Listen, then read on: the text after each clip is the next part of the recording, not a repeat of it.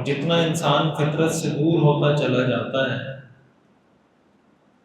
اتنی اس کی زندگی میں ٹینشنیں، پریشانیاں، تکلیفیں، مصیبتیں، نئی نئی مصیبتیں بڑھتی چلی جاتی ہیں۔ اس کی مثال ہم اپنی زندگی میں دیکھتے ہیں۔ مثال کے طور پر اللہ تعالیٰ نے ہمیں صحت کی نعمت دی ہے۔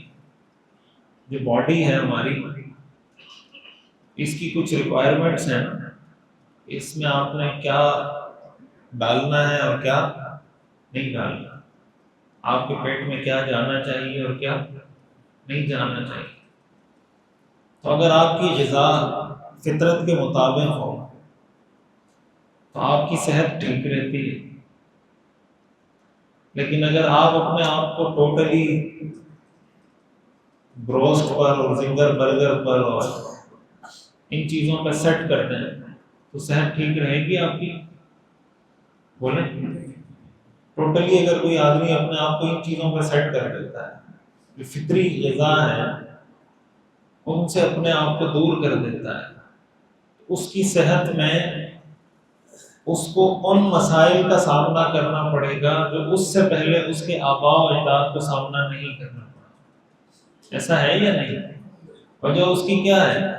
اس کے آباء و اجداد بروسٹ نہیں کھاتے، اس کے آباء و اجداد برگر نہیں کھاتے، اور یہ برگر کھا رہا ہے۔ تو جب یہ برگر کھا رہا ہے، اس کو برگر کھانے سے جو مسائل پیدا ہو سکتے ہیں وہ ہوں گے، وہ نہیں کھاتے تھے تو ان کو وہ مسائل نہیں تھے۔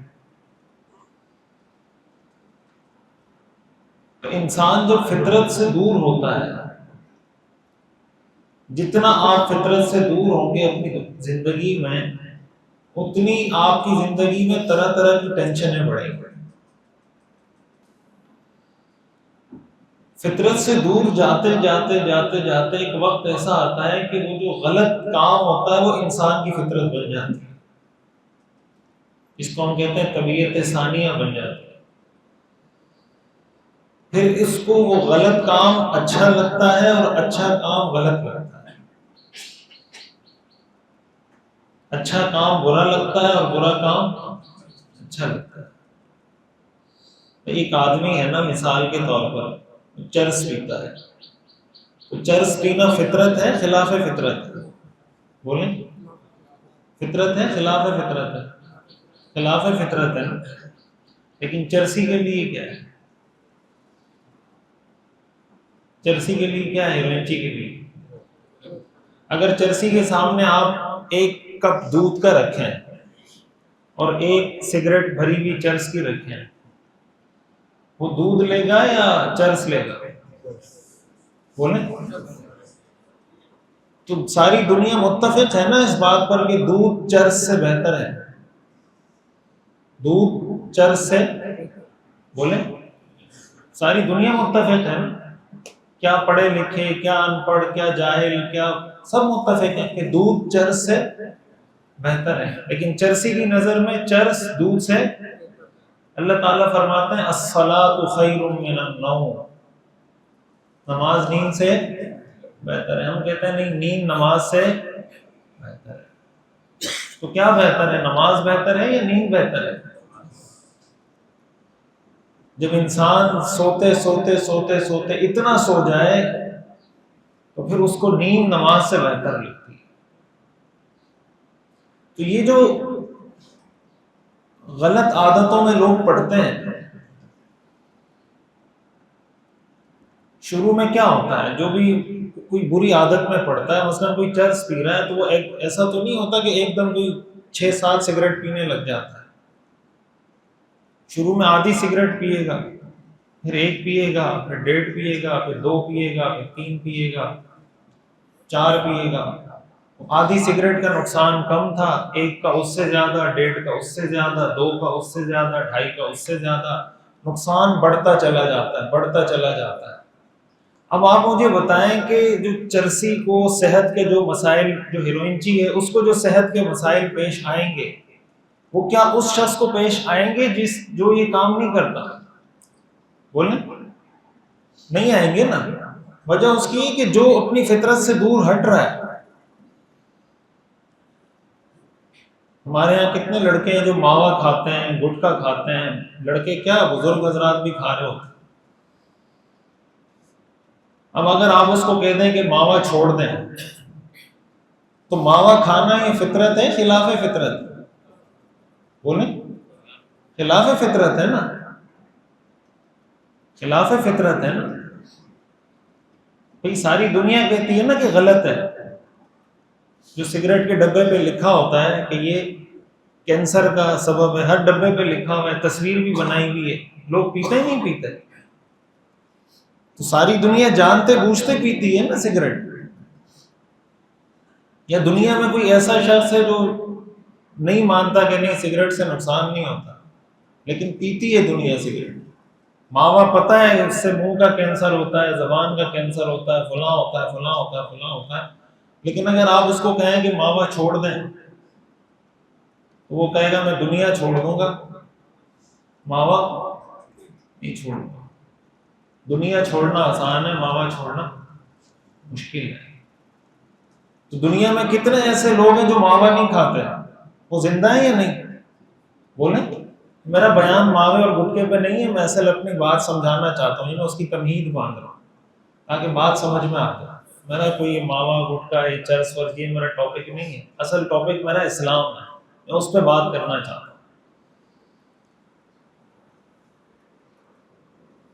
دنیا میں ایسے لوگ ہیں نا جو ماوا، آپ میں سے بہت سارے لوگ ہیں ہم نہیں کھاتے ہیں نا ماوا، گٹکا پان یہ چیزیں نہیں، بیڑی سگریٹ نہیں استعمال کرتے، تو وہ زندہ ہیں یا نہیں؟ بولیں، سکون سے ہیں نہیں ہیں؟ کیا خیال ہے؟ اس کو کھانے کی افطاری کے فوراً بعد کھجور سے بھی پہلے ماوا چاہیے، سگریٹ والے کو کھجور سے بھی پہلے سگریٹ چاہیے، جو ان میں سے کسی چیز کا عادی نہیں ہے اس کو کچھ نہیں چاہیے۔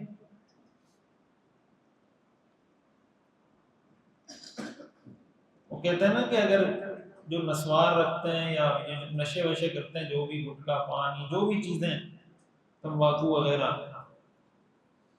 تو کہتے ہیں وہ اگر آپ کو رمضان میں کہیں نا روزے کی حالت میں کہ بھینس اڑتی ہے، تو ان سے بحث مت کریں، آپ کہنا ہاں میں نے بھی پرسوں کھمبے پہ دیکھی تھی، ٹھیک۔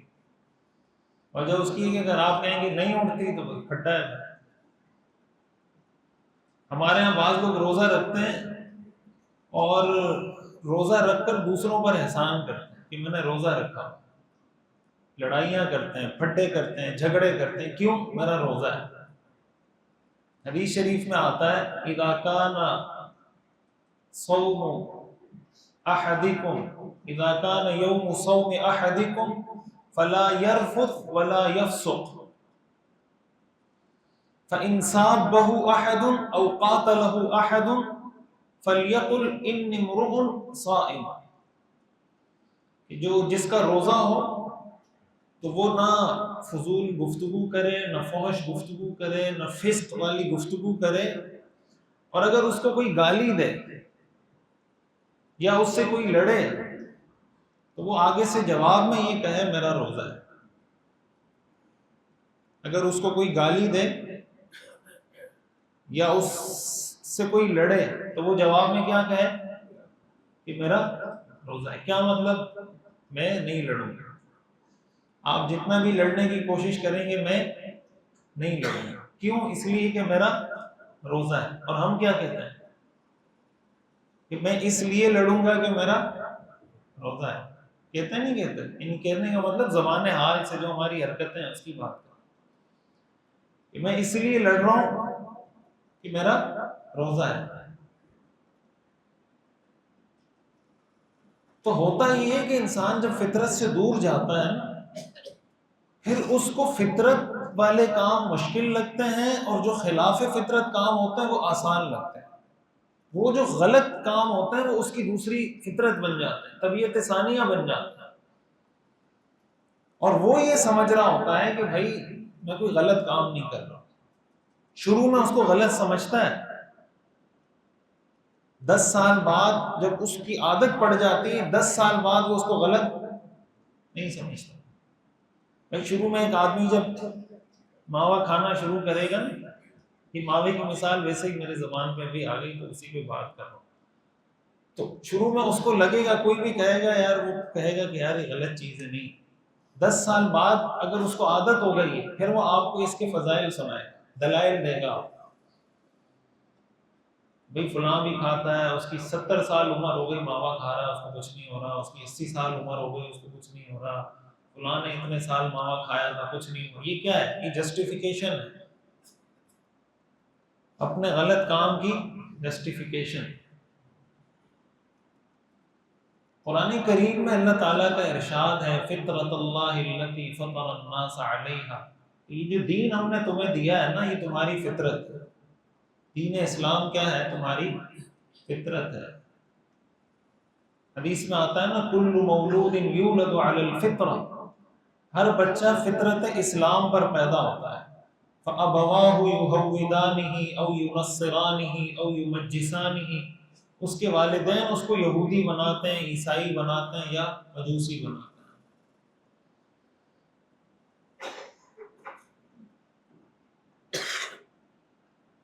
اس کی مثال بالکل ایسا ہی ہے کہ انسان جب پیدا ہوتا ہے تو وہ یہ سارے غلط کام نہیں کر رہا ہوتا. بچہ جب پیدا ہوتا ہے وہ سگریٹ نہیں پی رہا ہوتا، ایسا ہی ہے نا. وہ ماوا نہیں کھا رہا ہوتا، کچھ بھی اس طرح کے نشے وشے. وہ کب یہ کام شروع کرتا ہے؟ یہ کام وہ کب شروع کرتا ہے؟ جب اس کو اس طرح کا ماحول ملتا ہے. پیدائشی بائی برتھ کوئی بھی بچہ یہ کام نہیں کرتا. جیسا جیسا ماحول اس کو ملتا چلا جائے گا، اس طرح کے ماحول میں وہ سیٹ ہوتا چلا جائے گا. حدیث میں یہی بتایا گیا ہے کہ ہر بچہ اسلام کی فطرت پہ پیدا ہوتا ہے. جیسا جیسا ماحول اس کو ملتا چلا جاتا ہے، ویسے ویسے وہ سیٹ ہوتا چلا جاتا ہے.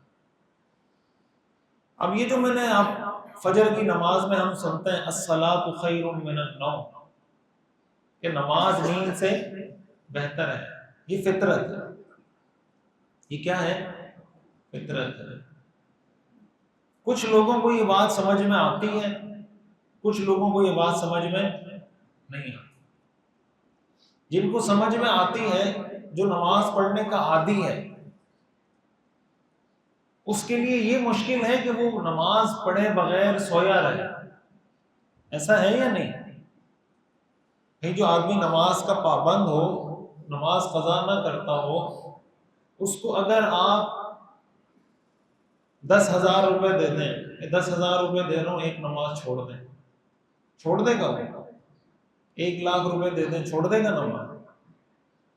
اور کتنے لوگ ہیں جو فری میں چھوڑ رہے ہیں؟ کیا خیال ہے؟ ایسا ہے یا نہیں؟ کتنے لوگ ہیں جو فری میں چھوڑ رہے ہیں؟ کتنے ایسے ہیں جن کو 10 لاکھ بھی دیں گے تو وہ، رمضان چل رہا ہے نا. کتنے لوگ ہیں اگر آپ ان کو کہیں، اس طرح کی کئی ویڈیوز لوگوں نے بنائی ہوئی ہیں کہ بھائی میں آپ کو آئی فون دے دیتا ہوں 17 پرو میکس دے دیتا ہوں، آپ روزہ توڑ دیں، توڑ دے گا وہ؟ بولیں. اور کتنے ایسے ہیں جو فری میں توڑ رہے ہیں؟ ایسا ہے یا نہیں؟ کتنے لوگ ہیں جو روزے نہیں رکھتے؟ فرق کس چیز کا ہے؟ بھائی ایک آدمی ہے جس کو آپ 17 پرو میکس دے رہے ہیں، وہ نہیں توڑ رہا. ایک آدمی ہے اس کو کچھ بھی نہیں مل رہا، پھر بھی توڑ رہا ہے. اس کا مطلب ہوا کہ اس کے لیے روزہ توڑنا مشکل ہے، اس کے لیے روزہ رکھنا مشکل ہے. ایک ہی چیز ہے نا، ایک ہی عمل ہے، ایک ہی عمل ہے روزہ. ایک کے لیے اتنا آسان کہ وہ جان دینے کے لیے تیار ہے، دوسرے کے لیے اتنا مشکل کہ کچھ نہیں مل رہا اس کو، بلکہ الٹا عذاب ہو رہا ہے، پھر بھی روزہ چھوڑ رہا ہے. یہ جو کسی کے لیے آسان، کسی کے لیے مشکل، یہ کیوں ہے؟ اب ان میں سے ہمیں یہ تو طے کرنا ہوگا نا کہ صحیح کیا ہے، غلط کیا ہے. یہ چھوڑ دیں گے اس کو ایسے ہی؟ بھائی ایک آدمی ہے جو ماوا نہیں کھاتا، ایک آدمی ہے جو ماوا کھاتا ہے، ہمیں یہ تو طے کرنا ہوگا نا کہ صحیح کون ہے، غلط کون ہے. یہ چھوڑ دیں اس کو ایسے ہی؟ بولیں. لوگ کہتے ہیں نا دنیا چاند پہ پہنچ گئی، مولوی ابھی تک یہ کہہ رہے ہیں کہ شلوار ٹخنوں سے اوپر رکھیں، شلوار ٹخنوں سے نیچے رکھیں. یہ ایسا ہی ہے کہ آپ یہ کہیں کہ دنیا چاند پہ پہنچ گئی اور آپ کہہ رہے ہیں ماوا کھائیں اور ماوا نہیں. دنیا چاند پہ پہنچ گئی، آپ ابھی تک ماوے کے چکر سے نہیں تھے. یہ بات ٹھیک ہے کہنا؟ بولیں یہ بات کہنا ٹھیک ہے کہ دنیا چاند پہ پہنچ گئی، آپ ابھی تک یہ ڈسکس کر رہے ہیں کہ ماوا کھانا چاہیے یا نہیں کھانا چاہیے؟ دنیا کہاں پہنچ گئی؟ آپ کیا بھائی دنیا چاند پہ پہنچے یا آسمان پہ پہنچے؟ ماوا کھانا اس وقت بھی غلط تھا، دنیا چاند پہ پہنچ جائے تب بھی غلط ہے، آسمان پہ پہنچ جائے تب بھی غلط ہے. اس کا یہ مطلب تھوڑی کہ دنیا چاند پہ پہنچ جائے گی تو ہم پھر یہ کہنا چھوڑ دیں گے کہ ماوا نہیں کھائیں. تو شلوار ٹخنوں سے نیچے رکھنا پہلے بھی جرم تھا، دنیا چاند پہ پہنچ جائے پھر بھی جرم ہے، آسمان پہ پہنچ جائے پھر بھی جرم ہے. تو جب ماوے کی برائی، چرس کی برائی بیان کی جائے دنیا کے چاند پہ پہنچنے کے باوجود، تو اس سے تو کسی کو کوئی مسئلہ نہیں ہے. لیکن اگر شلوار ٹخنوں سے اوپر نیچے رکھنے کی بات کی جائے تو اس سے مسائل کھڑے ہو جاتے.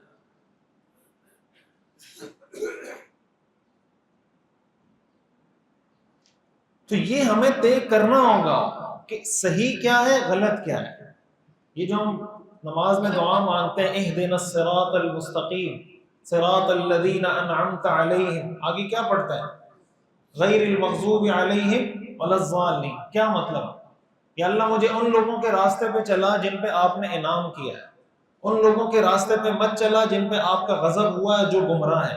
اس کا مطلب یہ صحیح ہے یہ غلط ہے. صحیح لوگوں کے راستے پہ چلا اور غلط لوگوں کے راستے پہ نہ چلا. یہ ہمیں طے کرنا ہوگا، طے کر کے بتانا ہوگا، پھر لوگوں کو بتانا ہوگا کہ یہ غلط ہے، یہ غلط والوں کو ادھر آنا ہے، ان والوں کو ادھر نہیں جانا. یہ جو ہمیں کوئی چیز کسی کو آسان لگ رہی ہے، کسی کو مشکل لگ رہی ہے، یہ جو ہمارے یہاں ایک بہت بڑی غلط فہمی عام ہے نا کہ جی دین بہت آسان ہے، اس کو مولویوں نے مشکل بنا دیا. دین کیا ہے؟ بہت آسان ہے، مولویوں نے کیا کر دیا؟ مشکل بنا دیا. اب دنیا میں کتنے لوگ ہیں جن کو 5 وقت کی نماز پڑھنا مشکل ہوتی ہے؟ ایسا ہے یا نہیں؟ بولیں. یہ میں نہیں کہہ رہا، یہ قرآن کہہ رہا ہے وَإِنَّهَا لَكَبِيرَةٌ إِلَّا عَلَى الْخَاشِعِينَ کہ نماز پڑھنا بہت بھاری ہے. یہ قرآن ہے. قرآن کیا کہہ رہا ہے؟ إِنَّهَا لَكَبِيرَةٌ نماز پڑھنا بہت مشکل ہے، الا سوائے علی الخاشعین جن کے دلوں میں اللہ کا ڈر ہوتا ہے ان کے لیے مشکل نہیں ہے. انہا لکبیرۃ، قرآن میں آتا ہے نا واستعینوا بالصبر والصلاۃ، مدد طلب کرو صبر کر کے اور نماز پڑھ کے. آگے اللہ فرماتے ہیں وانہا لکبیرۃ، لیکن نماز پڑھنا بہت مشکل ہے، الا علی الخاشعین لیکن جو خشوع خضوع دل میں اللہ کا خوف رکھتے ہوں ان کے لیے مشکل نہیں ہے. دین پر عمل کرنا آسان ہے کس کے لیے؟ جو اللہ کو مانتا ہو، اللہ کا تقوی دل میں رکھتا ہو، اللہ کا خوف دل میں رکھتا ہو، آخرت کا عقیدہ اس کا مضبوط ہو، اس کے لیے دین پر عمل کرنا آسان ہے. لیکن جس کا یہ عقیدہ نہ ہو، جو اس چیز کو مانتا نہ ہو، اس کے لیے یہ آسان نہیں ہے. دنیا میں یہودی بھی رہتے ہیں، عیسائی بھی رہتے ہیں، مسلمان بھی رہتے ہیں.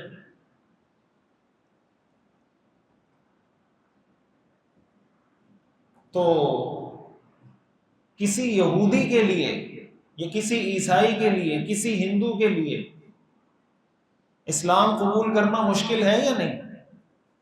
بولیں. مشکل ہے، آسانی سے تو قبول نہیں کر سکتا وہ، ورنہ سارے مسلمان ہو جائیں نا. کیا خیال ہے؟ اور مسلمان کے لیے اسلام چھوڑنا مشکل ہے یا نہیں؟ بولیں. اگر کسی مسلمان کو کوئی کہے میں آپ کو 10 لاکھ روپے دیتا ہوں کلمہ چھوڑ دیں، چھوڑ دے گا؟ 1 کروڑ روپے دیتا ہوں، چھوڑ دے گا؟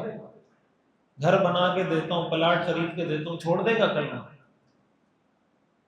تو مسلمان کے لیے عیسائی بننا مشکل ہے، عیسائی کے لیے مسلمان بننا مشکل ہے. اب ہمیں یہ تو طے کرنا ہوگا کہ اصل مشکل کام کون سا، صحیح کیا ہے اور غلط کیا ہے، یا دونوں کو چھوڑ دیں کہ دونوں ٹھیک ہیں. جیسے آج کل دنیا میں یہ بات کی جا رہی ہے نا کہ بس ابراہیمی مذہب کی بات کی جاتی ہے دنیا میں کہ سارے مذاہب کو ملا کے ایک مذہب بنا دو. یہ بھی ٹھیک ہے، یہ بھی ٹھیک ہے، یہ بھی ٹھیک ہے، یہ بھی ٹھیک ہے، ان سب کو ملا کے ایک مذہب بنا۔ اس کی مثال ایسا ہی ہے کہ آپ کہیں کہ ماوا کھانا بھی ٹھیک ہے، نہ کھانا بھی ٹھیک ہے، چرس پینا بھی ٹھیک ہے، نہ پینا بھی ٹھیک ہے، سگریٹ پینا بھی ٹھیک ہے، نہ پینا بھی ٹھیک ہے، تمباکو نوشی ٹھیک ہے، نہ کرنا بھی ٹھیک ہے، یہ سب ٹھیک ہے، اس کو بنا کے ایک بنا۔ کیا اختلافات آپ نے پیدا کیے ہیں؟ یہ نہیں کھاؤ، یہ نہیں کھاؤ، اس سے بچو، اس سے بچو، اس سے صحت خراب ہوتی ہے، اتنے فرقے بنائے ہیں آپ نے۔ تو آسان، کسی کے لیے اسلام چھوڑنا مشکل، کسی کے لیے اسلام قبول کرنا مشکل۔ ہمیں یہ تو طے کرنا ہوگا نا کہ صحیح کیا ہے، غلط کیا ہے، اور کون سا کام حق ہے، کون سا کام باطل ہے۔ بالکل اسی طرح جس کو ماوا گٹکے کی عادت نہیں ہے، اس کے لیے ماوا گٹکا کھانا مشکل، اور جس کو عادت ہے اس کے لیے ماوا گٹکا چھوڑنا مشکل۔ تو آپ یہ سمجھیں جو اسلام پر ہیں وہ ہیں، مثال دے رہا ہوں، غیر مسلم نہیں بنا رہا، مثال سمجھانے کے لیے مثال دے رہا ہوں۔ جو اسلام پر ہیں یہ وہ لوگ ہیں جو ماوا گٹکا نشہ کوئی کچھ نہیں کرتے، اور جو اسلام پر نہیں ہے، مثال کے طور پہ یہ سمجھیں کہ یہ سارے وہ لوگ ہیں جو نشہ کرتے ہیں۔ مثال دے رہا ہوں، غیر مسلم نہیں بنا رہا، مثال سمجھانے کے لیے دے رہا ہوں۔ تو ہمیں یہ طے کرنا ہوگا کہ یہ صحیح ہے، یہ غلط ہے، ان کو کہا جائے گا کہ بھائی یہاں آ جاؤ۔ ایسا ہی ہے نا، قرآن کریم نازل اسی مقصد کے لیے ہوا ہے۔ یہ جو ہم پڑھتے ہیں اہدنا الصراط المستقیم صراط الذین انعمت علیہم غیر المغضوب علیہم ولا الضالین، اے اللہ ہمیں ان کے راستے پہ چلا، ان کے راستے پہ مت چلا۔ یہ دو لوگ ہیں دنیا میں، انعمت علیہم اور المغضوب علیہم۔ ہم یہ دعا کرتے ہیں اللہ یہ والا ٹھیک راستہ، مجھے اس پہ چلا اور اس راستے پہ چلنے سے مجھے بچا۔ تو دین پر عمل آسان ہونے کا مطلب کیا ہے؟ آسان ہونے کا مطلب یہ ہے، قرآن کریم میں آتا ہے لا یکلف اللہ نفسا الا وسعها، اللہ تعالیٰ کسی بھی انسان کو کسی ایسے کام کا مکلف نہیں بناتے جو اس کی طاقت میں نہ ہو۔ اب نماز پڑھنا کیا ہماری طاقت میں ہے یا نہیں؟ بولیں، نماز پڑھنا طاقت میں ہے یا نہیں؟ تو آسان ہے نا، عادی تو بنانا پڑے گا اپنے آپ۔ روزہ رکھنا ہمارے بس میں ہے یا نہیں؟ تو رکھنا پڑے گا روزہ، آسان ہے روزہ۔ اس کا یہ مطلب نہیں کہ آپ کو کوئی مشکلات نہیں آئیں گی۔ بھئی حضور علیہ الصلوۃ والسلام سے زیادہ مشکلات دین کی وجہ سے کسی پر آئی ہیں؟ تو سب سے خالص اور پیور دین کس کا تھا؟ حضور علیہ الصلوۃ والسلام۔ سب سے خالص اور پیور دین کس کا تھا؟ حضور علیہ الصلوۃ والسلام کا۔ مشکلات سب سے زیادہ کن پر آئی ہیں؟ بھائی طائف میں حضور علیہ الصلوۃ والسلام کو جو پتھر مارے گئے، آپ کا پورا جسم لہو لہان ہو گیا۔ ہم میں سے کسی کو پتھر مارے گئے دین کی وجہ سے اس طرح؟ بولیں، ہم میں سے کسی کو پتھر مارے گئے؟ تو دین تو آسان ہے۔ حدیث میں آتا ہے نا وہ سیرت کے واقعات میں کہ جب مشرکین مکہ، جب حضور علیہ الصلوۃ والسلام نے دین کی دعوت دینا شروع کی اور انہوں نے ہر طرح کی تدبیر اختیار کی کہ کسی طرح ان کو روکیں، جب کامیاب نہیں ہوئے تو ابو طالب کے پاس گئے اور ان کو کہا کہ آپ اپنے بھتیجے کو روکیں، اگر یہ نہیں رکتے تو کم از کم آپ ان کی سپورٹ سے پیچھے ہٹ جائیں، پھر ہم جانیں اور یہ جانیں، ہم ان سے نمٹ لیں گے، آپ ان سے پیچھے ہٹ جائیں ان کی سپورٹ سے، پھر ہم دیکھ لیں گے۔ ابو طالب حضور علیہ الصلوۃ والسلام کے پاس آئے اور حضور سے کہا کہ یہ لوگ بار بار میرے پاس آ رہے ہیں اور یہ ڈیمانڈ کر رہے ہیں، تو آپ چھوڑ دیں اپنی یہ بات کہ آپ کیا کہتے ہیں اللہ کی عبادت کرو، اللہ کے علاوہ کسی کی عبادت نہیں کرو، یہ سارے بت غلط ہیں اور یہ باطل ہیں، یہ باتیں آپ کیوں کرتے ہیں؟ حضور علیہ الصلوۃ والسلام نے کیا فرمایا؟ آپ نے فرمایا لو وضع الشمس فی یمینی والقمر فی یساری، اگر یہ میرے ایک ہاتھ میں سورج رکھ دیں، دوسرے ہاتھ میں چاند رکھ دیں، میں پھر بھی اپنی بات سے پیچھے نہیں ہٹوں گا۔ کیا حضور علیہ الصلوۃ والسلام نے مشکل فیس کی یا نہیں کی؟ حدیث میں آتا ہے جب ابو طالب نے یہ بات کی حضور علیہ الصلوۃ والسلام رونے لگ گئے. کیوں؟ اس وجہ سے رونے لگے کہ ایک آپ ہی تو مجھے سپورٹ کر رہے تھے، پورے قوم قبیلے میں ایک آپ تھے جو مجھے سپورٹ کر رہے تھے، آپ بھی پیچھے ہٹ رہے ہیں. تو حضور علیہ الصلوۃ والسلام نے منہ پھیرا اور آپ جانے لگے اور آپ کے آنسو نکلے، رونے لگے آپ. تو ابو طالب نے آپ کو دوبارہ بلایا اور فرمایا کہ بھتیجے میں تمہارے ساتھ ہوں، جو تم نے کرنا ہے کرو، میں تمہارے ساتھ، کوئی تمہیں نقصان نہیں پہنچا سکتا. تو یہ مشکل فیس کی نا آپ نے، طائف میں مشکل فیس کی، جنگ احد میں آپ کے دان شہید ہوئے، آپ کا سر زخمی ہوا، آپ کے صحابہ شہید ہوئے. یہ دین ہم تک ایسے ہی پہنچ گیا. صحابہ سولی پہ چڑھے ہیں، صحابہ شہید ہوئے ہیں، صحابہ نے جنگیں لڑی ہیں، صحابہ نے دین کو محفوظ کیا ہے، ہم تک پہنچایا ہے.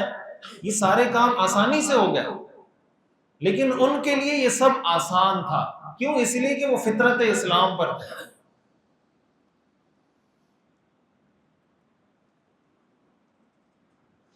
انسان جب کسی غلط کام میں مبتلا ہوتا ہے نا، علماء نے لکھا ہے کہ ایک وقت ایسا آتا ہے کہ انسان کی جو شہوات ہوتی ہیں وہ شبہات میں تبدیل ہو جاتی ہیں، انسان کی جو خواہشات ہوتی ہیں وہ نظریے میں تبدیل ہو جاتی ہیں.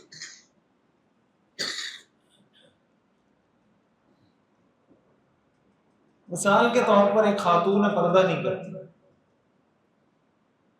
تو شروع میں جب وہ پردہ نہیں کرے گی اس کو احساس ہوگا کہ یار پردہ نہ کرنا جرم ہے، اور شریعت تو یہ کہتی ہے کہ پردہ کرنا چاہیے. لیکن جب وہ پردہ نہ کرنے کی عادی ہو جائے گی، 1 سال 2 سال 3 سال 4 سال 5 سال 7 سال 8 سال 10 سال جب وہ بے پردگی کی زندگی گزار لے گی، پھر اگر آپ اس کو کہیں گے پردہ کریں تو وہ آگے سے کہے گی کہ انسان کا دل صاف ہونا چاہیے. کیا ہونا چاہیے؟ دل صاف ہونا چاہیے. اس کا مطلب کیا ہوا کہ اب اس کی نظر میں یہ پردہ نہ کرنا کوئی جرم نہیں ہے، اب یہ جسٹیفائیڈ ہے. شروع میں جسٹیفائیڈ نہیں تھا، 10 سال بعد کیا ہو گیا؟ بولیں. یہ ماوے کی مثالیں میں بار بار اس لیے دے رہا ہوں تاکہ بات سمجھ میں آئے آپ کی. شروع میں جب آدمی ماوا کھاتا ہے تو وہ ماوا جسٹیفائیڈ، بولیں 10 سال بعد کیا ہو جاتا ہے؟ جسٹیفائیڈ ہو جاتا ہے نہیں ہو جاتا؟ 10 سال بعد جسٹیفائیڈ ہو جاتا ہے. وہ جو خواہش تھی وہ نظریے میں تبدیل ہو جاتی ہے، اور یہ خطرناک چیز ہے، اس لیے کہ یہ عقیدہ بن جاتا ہے. آپ نے کتنے انٹرویوز ایسے دیکھے ہوں گے جب جو مختلف خواتین طرح طرح کے لباس پہن رہی ہوتی ہیں، بےہودہ بے حیائی والے لباس پہن رہی ہوتی ہیں، اگر ان سے کوئی اینکر یہ سوال کر لے، کوئی صحافی یہ سوال کر لے کہ یہ آپ نے کیسا لباس پہنا ہے، ہمارے ہاں عام تاثر یہ ہے، لوگ یہ کہتے ہیں بھائی آپ کو اس کے لباس سے کیا مسئلہ ہے؟ کہتے ہیں نہیں کہتے ہیں بھائی آپ کو اس کے لباس سے کیا مسئلہ ہے؟ بھائی مجھے اس کے لباس سے یہ مسئلہ ہے کہ وہ اس لباس میں آ رہی ہے، اس لباس میں اس کو میری بیٹی بھی دیکھ رہی ہے، اس لباس میں میری بہن بھی دیکھ رہی ہے، اس لباس میں میرے معاشرے کی خواتین بھی دیکھ رہی ہیں، اور یہ وہ لباس ہے جس سے اسلام نے منع کیا ہے، شریعت نے منع کیا ہے. اس سے بے حیائی پھیلتی ہے، فحاشی پھیلتی ہے، عریانی پھیلتی ہے، یہ اسلام کے نظریے کے خلاف ہے. میں نہیں چاہتا کہ معاشرے میں یہ بے حیائی پھیلے، اس لیے مجھے اس کے لباس سے مسئلہ ہے. گھر میں اس نے جیسے رہنا ہے رہے بھائی، ہماری بلا سے ہمیں کیا ہے وہ گھر میں کیا لباس پہنتی ہے کیا نہیں پہنتی، ہمارے سامنے آ کے کیوں پہن رہی ہے؟ ہمارے سامنے اس کا بے حیائی والا لباس پہن کے آنا جسٹیفائیڈ ہے، اور ہمارا بے حیائی والے لباس پہ اعتراض کرنا یہ غلط ہے.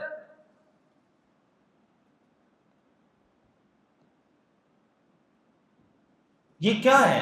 یہ بنیادی طور پہ وہی ہے کہ جب ہم ان چیزوں کے ساتھ اتنے عادی ہو جاتے ہیں تو پھر وہ صحیح بات غلط اور غلط بات صحیح لگنے لگتی ہے. شیطان میں اور حضرت آدم علیہ السلام میں کس چیز کا فرق تھا؟ شیطان کو جب اللہ تعالیٰ نے کہا کہ سجدہ کرو، شیطان نے کیا کہا؟ انا خیر منہ، یہ کہا نا، کیا کہا؟ انا خیر من، میں ان سے بہتر ہوں.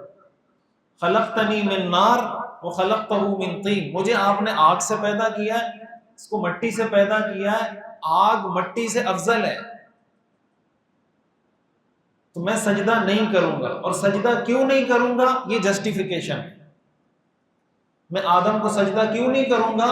اس لیے نہیں کروں گا کہ انا خیر من، میں ان سے بہتر ہوں، میں آگ سے پیدا ہوا ہوں، یہ مٹی سے پیدا ہوئے ہیں، ان کو چاہیے مجھے سجدہ کرے، میں کیوں ان کو سجدہ کروں؟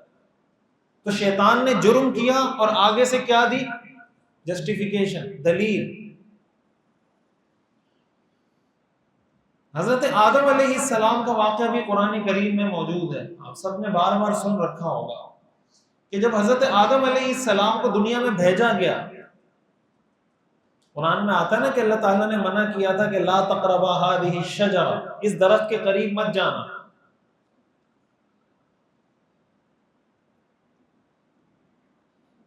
تو جب حضرت آدم علیہ السلام دنیا میں تشریف لائے اور وہ اس درخت کے قریب چلے گئے، انہوں نے کیا کیا؟ انہوں نے کہا ربنا ظلمنا انفسنا وان لم تغفر لنا وترحمنا لنکونن من الخاسرین.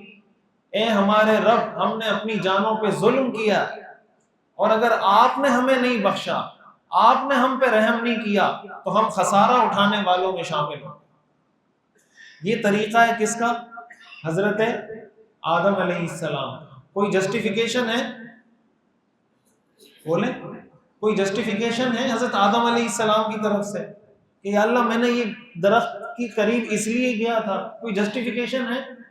کیا ہے؟ ربنا ظلمنا انفسنا وان لم تغفر لنا وترحمنا لنکونن من الخاسرین. اور شیطان کیا کر رہا ہے؟ انا خیر من خلقتنی من نار وخلقتہ من طین. ایک ہوتا ہے گناہ کرنا، ایک ہوتا ہے گناہ کے دلائل دینا. انسان کا کام ہے، یہ انسان کا کام نہیں ہے، ابن آدم کا کام نہیں ہے.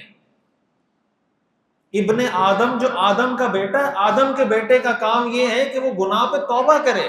یا اللہ میں توبہ کرتا ہوں، مجھ سے نماز میں کوتاہی ہو رہی ہے، میں توبہ کرتا ہوں، بے پردگی ہو رہی ہے، میں توبہ کرتا ہوں، جھوٹ بول رہا ہوں، میں توبہ کرتا ہوں، کاروبار میں گڑبڑ ہو رہی ہے، میں توبہ کرتا ہوں.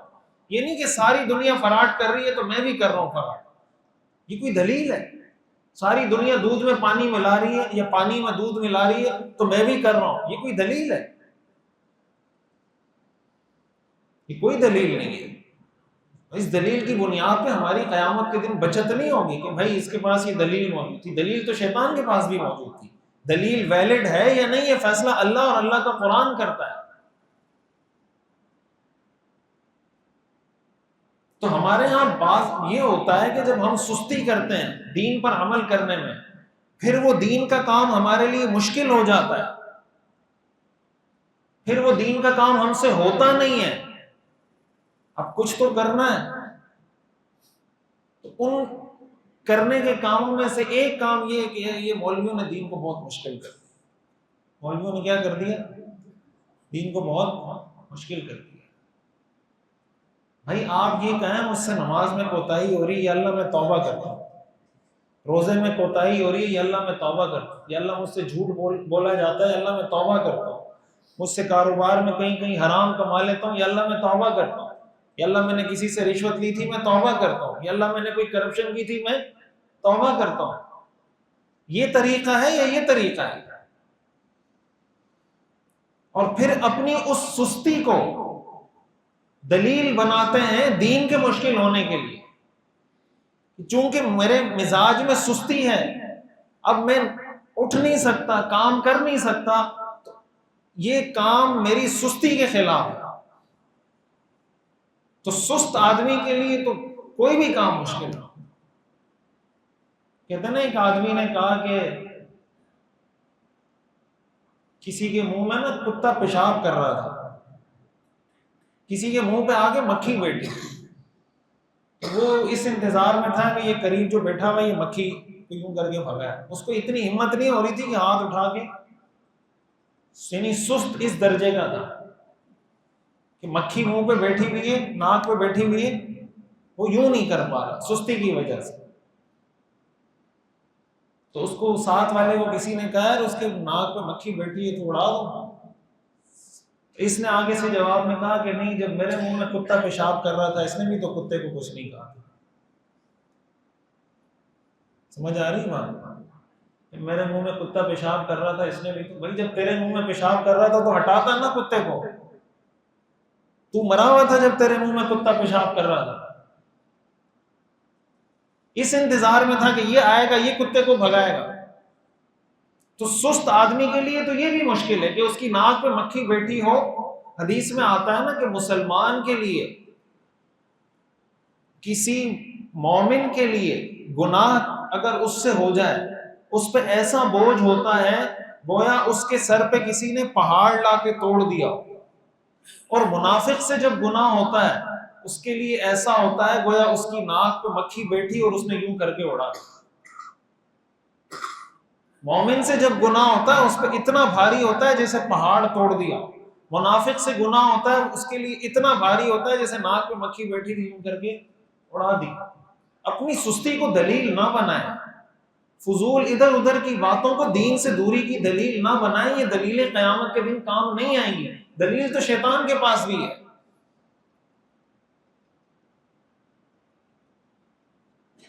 اصل معیار قرآن و حدیث ہے، اللہ کا پیغام ہے، اللہ کا دین ہے. بھائی یہ دین جو کہہ رہا ہے نا اس کی طرف آ جائیں. جہاں جہاں جو جو غلط کام ہو رہے ہیں ان کو چھوڑ کے اس طرف آ جائیں. اس کا فائدہ کیا ہوگا؟ فائدہ یہ ہوگا کہ زندگی کا لطف آپ کو محسوس ہوگا، زندگی کا مزہ آپ کو آئے گا. یہ دین سے دوری کی زندگی میں زندگی کا مزہ نہیں ہے. ایسا آدمی دھوکے میں. اللہ تعالیٰ بار بار اسی لیے کہتے ہیں کہ بھائی تم دھوکے میں ہو. جیسے وہ آدمی دھوکے میں ہوتا ہے جو ماوا کھا رہا ہوتا ہے اور وہ یہ سمجھتا ہے کہ جو ماوا نہیں کھا رہا میں اس سے افضل ہوں. جو آدمی چرس پی رہا ہے وہ یہ سمجھ رہا ہے کہ جو چرس نہیں پی رہا میں اس سے افضل ہوں. وہ دھوکے میں ہے یا نہیں؟ جو سگریٹ کا عادی ہے اور جو سگریٹ کا عادی نہیں ہے، اگر سگریٹ پینے والا یہ سمجھ رہا ہے کہ میں سگریٹ پینے کی وجہ سے اس سے افضل ہوں، وہ دھوکے میں ہے یا نہیں؟ اللہ تعالیٰ فرماتے ہیں جو دین سے دور ہیں، میری تعلیمات سے دور ہیں، وہ یہ سمجھ رہے ہیں کہ ہم چل کر رہے ہیں، اس کو تو ابھی فجر بھی پڑھنی ہے، پھر اس نے ظہر بھی پڑھنی ہے، پھر اس نے سچ بھی بولنا ہے، پھر اس نے حلال بھی کمانا ہے، پھر اس نے رشوت بھی نہیں لینی، پھر اس نے بہن کی میراث میں حصہ بھی دینا ہے. مجھے تو کوئی ٹینشن نہیں ہے. نماز پڑھی نہیں پڑھی، رشوت لی نہیں لی، کرپشن کی نہیں کی، دودھ میں ملایا پانی نہیں ملایا، کیا ٹینشن؟ تو نظر کون آتا ہے، کون سکون میں نظر آتا ہے؟ جس کو ان چیزوں کی پرواہ، وہی سکون میں نظر آتا ہے نا. حقیقت میں سکون میں کون ہے؟ جس کو پرواہ ہے یا جس کو پرواہ نہیں ہے؟ یہ قرآن میں بار بار اللہ تعالیٰ اس لیے فرماتے ہیں لا یغرنک تقلب الذین کفروا فی البلاد، کافروں کا ٹھاٹ باٹ تمہیں دھوکے میں مبتلا نہ کرے. متاع قلیل، یہ بہت تھوڑا سا مزہ ہے، تھوڑا سا فائدہ ہے، یہ نشہ ہے تھوڑا سا. حدیث میں آتا ہے نا لو کانت الدنیا تعدل عند اللہ جناح بعوضۃ، اگر اللہ کی نظر میں دنیا کی اتنی حیثیت ہوتی جتنی حیثیت مچھر کے پر کی ہے، اللہ کسی کافر کو پانی کا ایک گھونٹ نہ پلاتا. لیکن اللہ کی نظر میں اس دنیا کی اتنی حیثیت بھی نہیں ہے. تو اللہ کو کیا پرواہ کافر کو دنیا میں، جب اس دنیا کی اللہ کی نظر میں اتنی حیثیت نہیں، اور ہم اس دنیا کو اصل بنا کے بیٹھے ہوئے ہیں کہ بس یہی ہے جو کرنا ہے کرو. یہ تو کافروں کا عقیدہ ہے. قرآن میں کیا آتا ہے؟ بل تؤثرون الحیات الدنیا والآخرۃ خیر، بل تؤثرون الحیات الدنیا والآخرۃ خیر، تم دنیا کی زندگی کو ترجیح دیتے ہو حالانکہ آخرت بہت بہتر ہے، وہ ابقا، اور بہت پائیدار ہے، بہت لانگ لاسٹنگ ہے، بہت دیر تک چلنے والی ہے. قرآن کریم میں آتا ہے نا کلا بل تحبون العاجلہ وتذرون الآخرہ، کہ تم دنیا سے تو محبت کرتے ہو آخرت کو چھوڑ دیتے ہو. قرآن کریم میں آتا ہے وَلَلْآخِرَةُ خَيْرٌ لَكَ مِنَ الْأُولَى، آخرت کی زندگی تمہارے لیے دنیا کی زندگی سے بہتر ہے. جب انسان اپنی زندگی کا مقصد آخرت کی کامیابی کو بناتا ہے، اس کا فائدہ یہ ہوتا ہے کہ اس کی دنیا کی زندگی بھی کامیاب ہو جاتی ہے اور آخرت کی زندگی بھی کامیاب ہو جاتی ہے. لیکن جو آدمی دنیا کی زندگی کو مقصد بناتا ہے، قرآن کریم میں آتا ہے من اراد الآخرۃ من کان یرید العاجلۃ عجلنا له فیها ما نشاء لمن نشاء ثم جعلنا له جہنم یصلاها مذموما مدحورا ومن اراد الآخرۃ وسعى لها سعيها وهو مؤمن فاولئك كان سعيهم مشكورا. اللہ تعالیٰ فرماتے ہیں جو آدمی دنیا کی زندگی کو مقصد بنا لیتا ہے، تو اللہ تعالیٰ فرماتے ہیں میرا فارمولہ یہ ہے عجلنا له فيها ما نشاء لمن نشاء، ہم جس کو چاہیں جتنا چاہیں دنیا دے دیتے ہیں. ایسا نہیں ہے کہ جتنی محنت آپ دنیا کے لیے کریں گے آخرت کو چھوڑ کے اتنی دنیا آپ کو مل جائے گی، ایسا نہیں ہے. اللہ تعالیٰ فرماتے ہیں یہ ہمارا فارمولہ ہے، جتنا ہم دینا چاہیں جس کو دینا چاہیں ہم دیں گے، چاہے وہ کچھ بھی کرے، وہ سود کھائے، وہ رشوت کھائے، وہ کرپشن کرے، وہ بہن کی میراث کھائے، وہ کچھ بھی کرے، ملے گا وہی جو ہم نے طے کیا. ما نشاء لمن نشاء. لیکن اس کا نقصان کیا ہوگا؟ ثم جعلنا له جہنم، پھر اس کا انجام کیا ہے؟ جہنم. ومن اراد الآخرۃ، جس نے اپنی زندگی کا مقصد آخرت کو بنایا، وسعى لها سعيها، اور جو کوشش کرنی چاہیے تھی وہ کوشش بھی کی. صرف مقصد بنانے سے کام نہیں ہوگا. وسعى لها سعيها، جو سعی، جو کوشش کرنی چاہیے تھی وہ کوشش بھی کی. وهو مؤمن، اور ایمان بھی ہو. اللہ تعالیٰ فرماتے ہیں فَأُولَٰئِكَ كَانَ سَعْيُهُمْ مَشْكُورًا، ان کی اس کوشش کی میں قدر کروں. ہم کہتے ہیں نا کہ میں آپ کا مشکور رہوں گا، کہتے ہیں نا میں آپ کا مشکور رہوں گا. قرآن کریم میں آتا ہے كَانَ سَعْيُهُمْ مَشْكُورًا، ان کی اس کوشش کی قدر کی جائے گی. یہ مشکور کا لفظ اردو میں غلط استعمال ہوتا ہے، لیکن عام استعمال ہوتا ہے تو اس کو ٹھیک بھی کہہ سکتے ہیں. مشکور نہیں ہوتا، یہ اصل میں شکر گزار ہوتا ہے. مشکور وہ ہوتا ہے جس کا شکریہ ادا کیا جاتا ہے. مشکور اس کو کہتے ہیں جس کا شکریہ ادا کیا جاتا ہے. شکر ادا کرنے والے کو شاکر کہتے ہیں، مشکور نہیں کہتے. کہتے ہیں میں آپ کا مشکور رہوں گا، مشکور نہیں شاکر رہوں گا. مشکور تو وہ ہے آپ شکر ادا کر رہے ہیں تو آپ مشکور نہیں ہیں، جس کا شکریہ آپ ادا کر رہے ہیں وہ مشکور ہوتا ہے. اللہ تعالیٰ فرماتے ہیں فَأُولَٰئِكَ كَانَ سَعْيُهُمْ. لیکن زبان میں یہ چیزیں چلتی ہیں، جب چیز کوئی غلط عام ہو جاتی ہے نا، تو لینگویج کا یہ اصول ہے کہ جو غلط العام ہوتا ہے نا، کہ عام لوگوں میں جو بات غلط عام ہو جائے، جو لفظ، تو وہ غلط ہی صحیح ہوتا ہے. مطلب استعمال کر سکتے ہیں، ویسے یہ بات آئی تو میں نے کہا بتا دوں. فَأُولَٰئِكَ كَانَ سَعْيُهُمْ مَشْكُورًا، اللہ تعالیٰ فرماتے ہیں ان کی کوشش کی قدر کی جائے گی. قرآن کریم میں آتا ہے ما يفعل اللہ بعذابکم ان شکرتم وآمنتم وکان اللہ شاکرا. اللہ تمہیں عذاب دے کر کیا کرے گا اگر تم شکر گزار بندے بنو، اللہ پر ایمان لاؤ. وکان اللہ شاکرا، اللہ لوگوں کے کاموں کی بہت قدر کرنے والا ہے.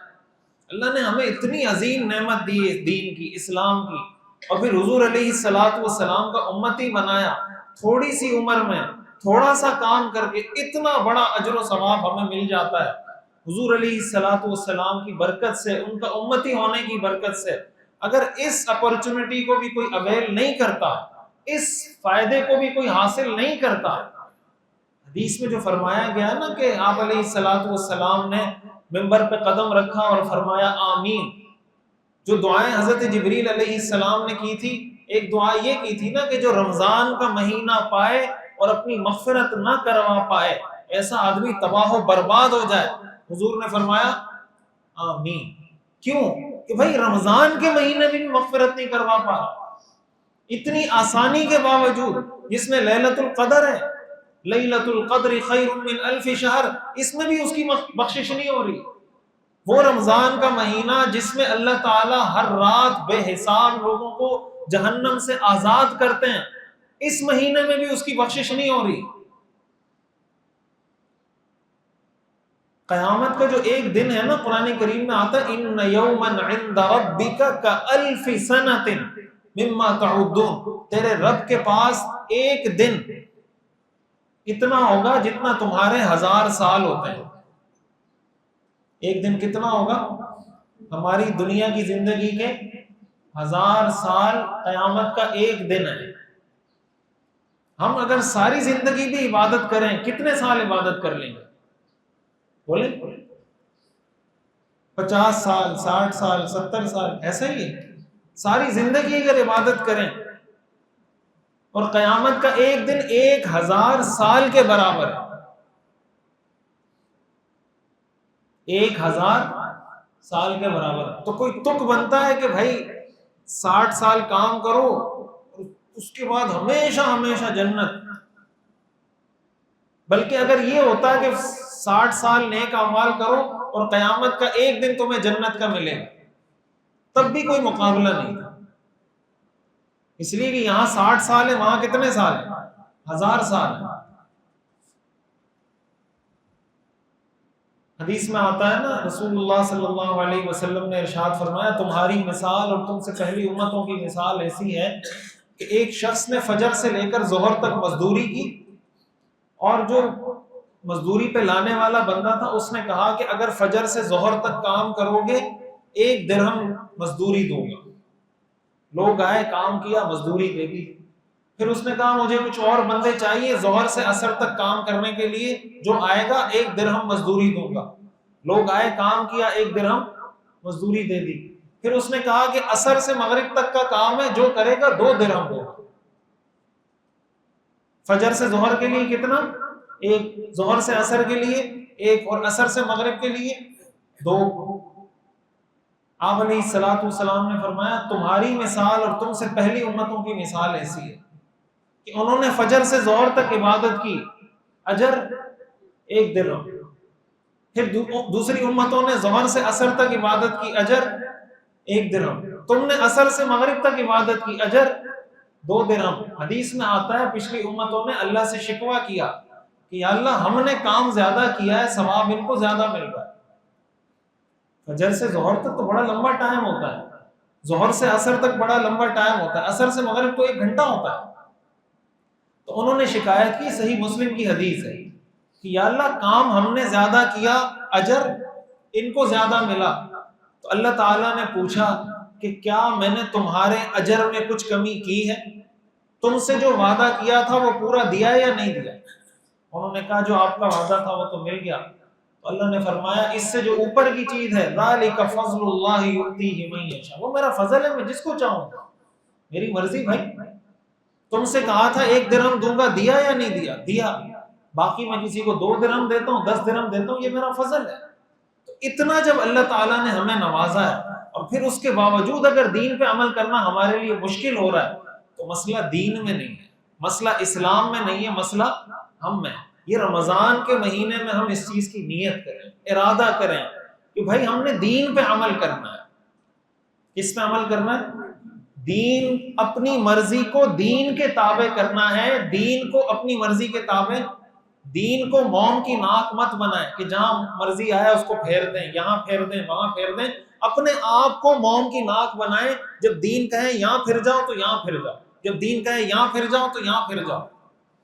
جب ہم اس پر سیٹ کر دیں گے اپنے آپ کو، تو پھر ہمیں پتہ چلے گا کہ دین پر عمل کرنا آسان ہے اور عمل چھوڑنا مشکل ہے۔ نماز پڑھنا آسان ہے اور نماز چھوڑنا مشکل ہے۔ پردہ کرنا آسان ہے اور پردہ چھوڑنا مشکل ہے۔ سود سے بچنا آسان ہے اور سود کھانا مشکل ہے۔ رشوت سے بچنا آسان ہے اور رشوت کھانا مشکل ہے۔ اللہ تعالیٰ ہمیں سمجھنے کی اور عمل کرنے کی توفیق عطا فرمائے۔ آخر دعوانا الحمدللہ رب العالمین۔